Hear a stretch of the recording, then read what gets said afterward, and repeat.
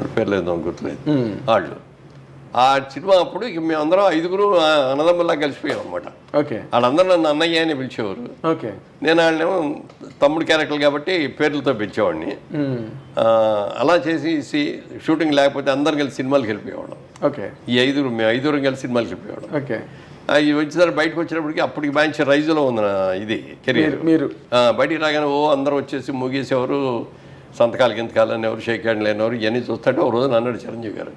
అప్పుడు ఇంకా ఆయన సినిమా రిలీజ్ కూడా కాల, మనోరు పండుగ జరుగుతుంది. అన్నయ్య రేపు పొద్దున్న నాకు కూడా ఇట్లా వస్తారా అన్నాడు. దీని మీద 10 రెట్లు వస్తారయ్యా నీకు. ఎలా చెప్పారు సార్? ఎలా చెప్పాను అంటే, ఆయన కొత్త సినిమా, మొట్టమొదటి సినిమా అది. దానికి ముందు ఏదో పునాదిరాళ్ళు ఏదో చేశారు. ప్రాణం ఖరీదు కూడా ఇది జరుగుతూ ఉండగానే వచ్చింది అది. కాబట్టి అది ముందు రిలీజ్ అయింది, ఇది లేట్గా అయింది. అప్పుడు మేమందరం కలిసి కూర్చున్నప్పుడు అతను నేనే ఉండవు, మీ ఇష్టం వచ్చిన సాంగ్ ఏంటి ఏదైనా, నేను డ్యాన్స్ చేస్తాను అనేవాడు. అంటే తెలుగా, ఇంగ్లీషా, హిందీ అంటే ఏ లాంగ్వేజ్ అయినా మ్యూజిక్ అంటే దానికి తగ్గట్టుగా రిథమిక్గా చేసేవాడు. అది డ్యాన్స్ అంటే భరతనాట్యం కాదు, క్లాసికల్ డ్యాన్స్ ఇంకోటో కూడా కాదు, మ్యూజిక్కి తగ్గట్టుగా గంతులు వేసేసి చేసేవాడు. మనం బలి చేస్తున్నాడే, ఇక ఇంతకంటే కావాల్సింటే ఎలాంటి ఏంటి అనుకున్నాం. తర్వాత అతనిలో అడ్వాంటేజ్ అంటే కళ్ళు అండి, ఎక్సలెంట్ కళ్ళు అండి. అతని కళ్ళు కోపంగా చూశాడంటే అసలు చాలా ఇదిగా ఉంటుంది. అలాగే నవ్వుతూ కామెడీ కూడా బాగా చేయగలడు. మంచి టైమింగ్ అండి. మంచి టైమింగ్ ఉంది. అప్పుడు కృష్ణనాథ్ గారు అన్నాడు ఒక రోజున, మురళీమోహన్ వీడు మంచి విలన్ అవుతాడయ్యా మన తెలుగు ఇండస్ట్రీలో, బాగున్నాడు అన్నాడు.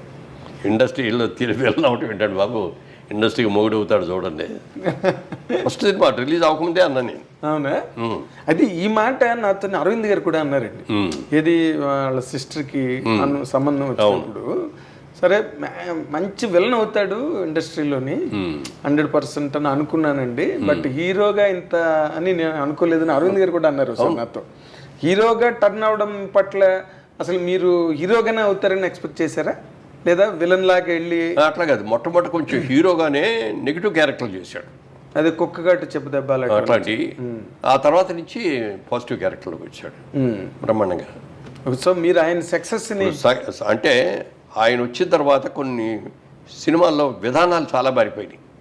సాంగ్స్ అంటే ఏదో హీరోయిన్ మీద ఎక్కువ చేస్తారు, సాంగ్ హీరోలు ఎక్కువ పరిగెట్టడం, ఊటీ తోటలో లేకపోతే నాగేశ్వరరావు గారికి బాగా డ్యాన్స్ చేసేవారు ఆ రోజు. స్టెప్పులు అంటే నాగేశ్వరరావు, సారీ కృష్ణ గారి స్టెప్పులు కానీ, శోభన్ బాబు గారి స్టెప్పులు కానీ, ఎన్టీఆర్ గారి స్టెప్పులు కానీ, అవన్నీ మా అందరి ఒక టైప్, ఒక స్కూల్ మీద. కాకపోతే ఏంటంటే సలీం మాస్టర్ వచ్చిన తర్వాత రామారావు గారు రెచ్చిపోయారు. అవునండి, బ్రహ్మాండంగా చేసేవాడు. ఎదురులేని మనిషి కదా బిగినింగ్. కృష్ణమ్మ కుందామరారి పాట బిగినింగ్ అండి, రామారావు స్టెప్ లేయడం. సో ఆ విధంగా మేము పెద్ద టాలెంట్ కాకపోయినా ఉన్నంతలో చేయగలిగాం అనేది. బట్ చిరంజీవి గారు వచ్చినప్పుడు టోటల్గా వరల్డ్ మారిపోయింది. అదే అన్న, సాంగ్ సిస్టమ్స్ మారిపోయింది, ఫైట్ సిస్టమ్స్ కూడా బోడదు మార్పు వచ్చింది. ఫైట్లో ఏం చేసేవారంటే, ఫైట్ మాస్టర్ లాగానే అన్న నువ్వే ఎక్కువ కష్టపడుతూ రిస్క్లన్నీ షాట్లన్నీ పెడతాను, డూపులు చేసేస్తారు, మధ్య మధ్యలో మీకు క్లోజ్ షాట్లు ఇస్తాను నేను. ఎవరు ఓకే, ఎందుకంటే రామారావు అలాగే చేశారు, నాగేశ్వరరావు కూడా అలాగే చేశారు. ఎవరైనా ఎనీ హీరో ఎవరైనా సిస్టమ్ అది, కెమెరాకి ఇట్లా కొట్టండి అని మనం ఇట్లా 4-5 సార్లు ఇట్లా కొట్టడం తీసేవాడు. అవతల వాళ్ళు డమాలు పడిపోతుంటారు వాళ్ళు. అట్లా చిరంజీవి గారు వచ్చిన తర్వాత వీటన్నిటిలోనూ మార్పు వచ్చింది. అందుకని నేను అంటాను, చిరంజీవి ఇండస్ట్రీకి రాకముందు, చిరంజీవి ఇండస్ట్రీకి వచ్చిన తర్వాత, క్రీస్తు పూర్వం క్రీస్తు శకం లాగా అవును అదొక చిరంజీవి శకం అనమాట. అంత సక్సెస్ అవ్వటం, సాంగ్స్ బ్రహ్మాండంగా చేసేయడం, ఫైట్లు బ్రహ్మాండంగా చేసేయడం. ఆ తర్వాత కృష్ణ గారు మేమందరం ఇట్లా ఫైట్లు చేస్తుంటే ఎవరికి నచ్చేయి కదా. అవునండి, అవన్నీ ఏంటో తేలిపోయాయి. చిరంజీవి గారు వచ్చి ఫైట్లు చేసిన తర్వాత ఇంకెవరు డూప్ అంటే కూడా ఒప్పుకునేవాడు కదా. అవే నేను చేస్తానండి, నాకు డూప్ అక్కర్లేదు అనుకున్నట్టుగానే సినిమా. బాపు గారు కూడా చూసి షూటింగ్ జరిగే రోజుల్లోనే చిరంజీవి చేసేస్తంటే ఆ జనం మధ్యలో ఆ డ్యాన్సులు అవన్నీ సెకండ్ టేక్ అనేది కూడా అవసరం ఉండేది కాదు. చేస్తాడు ఆయన కూడా చాలా బ్రహ్మాండంగా ఉన్నాడు, చాలా బాగా చేస్తున్నాడు, పెద్ద హీరో అవుతాడని ఆయన. జయకృష్ణే అసలు తీసుకొచ్చింది. ఫిల్మ్ ఇన్స్టిట్యూట్లో చేసిన వాళ్ళలో బాగున్నాడు ఈ కుర్రాడని చెప్పి జయకృష్ణ తీసుకొచ్చి పెట్టాడు. అవునా? అప్పుడు క్రాంతి కుమార్ కూడా చూసి క్రాంతి కుమార్ ప్రాణం ఖరీదులో పెట్టాడు. సో అట్లా ఇక సక్సెస్ వచ్చేసి అవునండి దుమ్ము దులిపేశాడు ఆయన. ఒక యుగం కింద ఫామ్ అయిపోయి అంటే అదొకటి. ఇంకో గొప్ప విషయం ఏంటంటే వెనక ఎవరు లేరు. స్వతహాగా సొంతంగా కష్టపడి పైకి వచ్చిన వ్యక్తి. అంటే ఇక్కడ ఒక్క పాయింట్, మీరు ఒక 50 ఏళ్ల సినిమా పరిణామాలన్నిటికీ కర్మసాక్షి మీరు. అంటే మీరు అన్నిట్లో ఉన్నారు, ఇందులో లేరు, అన్నీ మీకు తెలుసు, బట్ మీకేమీ తెలియనట్టుగానే ఉన్నారు ప్రతిదీ. ఇప్పుడు మొదటి నుంచి కూడా సార్ అన్ని చోట్ల ఎక్కడ సినిమా ఇండస్ట్రీ గురించి ఎవరు మాట్లాడుకున్నా ఒకరి ఎదుగుదల కానీ లేకపోతే ఒకరి తాలూకా డౌన్ఫాల్ కానీ వీటన్నిటి మధ్యలో క్యాస్ట్ అనే పాయింట్ని ఎక్కువగా అందరూ రిఫర్ చేస్తారు సార్. అందరూ ఆల్మోస్ట్ సినిమా ఇండస్ట్రీ అనగానే ఓకే, రాజకీయాలు అంటే ఇంకా క్యాస్ట్ బేస్డే అనుకోండి, ఇంకా అవి ఓసీలు, ఎస్సీలు, ఎస్టీలు, ఇంకా ఆ గొడవలు. సినిమా ఇండస్ట్రీకి వచ్చే వరకు ఇది ఎంతవరకు కరెక్ట్ అంటుంది ఈ రూమర్ కానీ ఈ ఆరోపణ కానీ సినిమా పరిశ్రమ మీద? ఎందుకంటే మీరు ఒక వర్గం, చిరంజీవి గారు ఇంకొక వర్గం. బట్ చిరంజీవి గారి గురించి మీరు ఇంత గొప్పగా మొదటి నుంచి మాట్లాడారు ఏం సార్? ఆయన రేజ్ కూడా అలాగే అందరూ ఎంకరేజ్ చేసి ఆయన తలని పట్టుకున్నారు. ఈ ఆరోపణ ఎందుకండి సినిమా పరిశ్రమ విరివిగా వచ్చింది? నాకు తెలిసినంత వరకు మెడ్రాస్లో ఇండస్ట్రీ ఉన్నంత వరకు ఏ రోజున కూడా క్యాస్ట్ ఫిల్లింగ్ అనేది లేదు అక్కడ. నువ్వేం క్యాస్ట్ అనేది ఎవరికి తెలిసేది కాదు. ఫలానా పేర్లు చెప్పుకున్నా ఫలానా డైరెక్టర్ అని చెప్పుకునే వాళ్ళేమే తప్ప ఇదిగో ఇతని ఈ క్యాస్ట్ ఆడు కాబట్టి మనం చేయాలి అనేది ఇట్లాంటివి ఉండేవి కదా అసలు. ఓకే. హైదరాబాద్ వచ్చిన తర్వాత అది ఈ రాజకీయం ఇక్కడ అందరూ కూడా ఇది మెడ్రాస్లో ఉన్నంత వరకు ఏంటంటే సినిమా వాళ్ళందరూ ఒక గ్రూప్, ఒక family irrespective of the caste.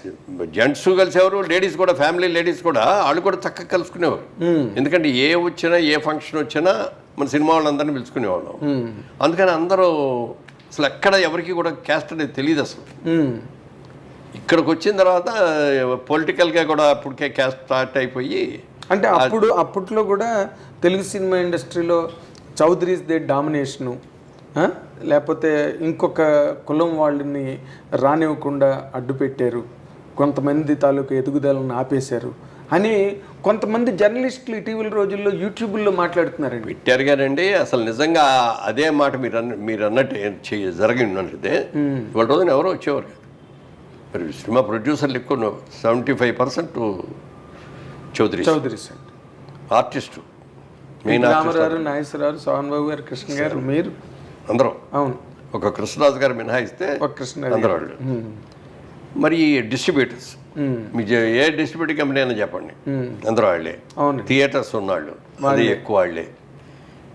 ఇంత డామినేషన్ ఉంది, ఫలానా వాళ్ళు రాకూడదని అనుకోవాలి. టాలెంట్ ఎవరి దగ్గర ఉంటుంది. ఎందుకంటే క్రియేటివ్ జాబ్ సినిమా అనేది. అవునండి. ఇది పార్టీ అంటే అది వేరే విషయం. ఇదిగో ఈ మన కులం అని చెప్పి ఇక్కడ పెట్టుకుంటే ఇతను ఓట్లు ఇన్ని వస్తాయి ఎందుకని చెప్పి కులానికి ఇన్ని ఓట్లు, సినిమా అది కాదు కదండి. సినిమాలో టాలెంట్ మనకు ఇచ్చిన క్యారెక్టర్ బాగా ఎవడు చేయగలడు, ఎవరికి మార్కెట్ ఉంది చూసుకొని చేస్తాం అంతే తప్ప సినిమాలో మెడ్రాస్లో ఉన్నంతవరకు అసలు క్యాస్ట్ అనేది లేదు సార్. ఎవరై క్యాస్ట్ కూడా తెలియదు. హైదరాబాద్ వచ్చిన తర్వాత మాత్రం కొంతవరకు వచ్చింది, బట్ అది కూడా టెంపరీ. ఇప్పుడైనా ఎవరికి టాలెంట్ ఉంటే వాళ్ళకి ఇస్తారు. అదేనండి అసలు ఇప్పుడు విజయబాబు రెడ్డి గారు నేను అన్నాను అనుకున్నాం, మేమిద్దరం ఒక్క ఊరి నుంచి వచ్చాం, మేమిద్దరం రూమ్మేట్స్, అంత క్లోజ్. బాపిరెడ్డి గారు మీరు మరి అన్ని సినిమాలు చేశాను ఆయన దగ్గర. అప్పుడు 6-7 సినిమాలు చేశాను. చిరంజీవి వచ్చిన కానీ చిరంజీవి షిఫ్ట్ అయ్యాడు. అది ఎప్పుడు తప్పని నేను అనుకోలే.